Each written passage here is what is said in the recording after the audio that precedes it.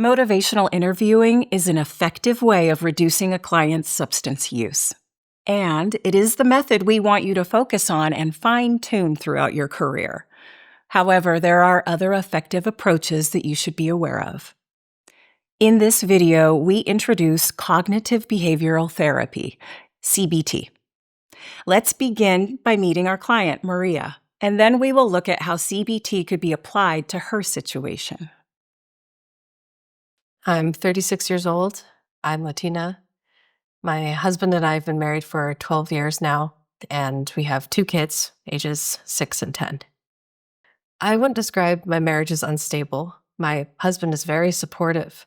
He's just under a lot of pressure right now because of me. He's carrying the family, and if we argue about my drinking. Things are just hard right now. I can't help out with the kids. I just can't. It hasn't always been like this. I'm a terrible mother now. No illnesses or medical conditions from my drinking or anything else. I probably drink 12 to 24 beers a day. That's been going on for about 2 years now. No, I've never done any treatment for my drinking. I've tried to stop on my own, but you can see how that worked out. I'm a college graduate. I always did well in school and my career until about 1.5 years ago. I was an executive at the Black Cat Car Wash, and I was very good at what I did, but it was high stress and long hours, and I have 2 kids and a husband. What happened was I was fired from my job. I'm not working now at all. I went from success to failure, just like that. I'm an only child. My dad worked at a factory. My mom was a teacher. She drank a lot. My mom was an alcoholic since I was in junior high, so for about 20 years. My mom died in a car crash 3 years ago. It was a shock. It shouldn't have been, but it was, yeah. It was a tough relationship, and we never sorted it out. I could never do anything right in her eyes. Well, when I was doing well in school, she was happy, so I did well in school. I would say I'm a high achiever, and I hold myself to a very high standard. I don't handle it well when I don't do as well as I want to. How do I feel since losing my job? Depressed? Worthless? I spend most of my time on the couch watching TV, drinking.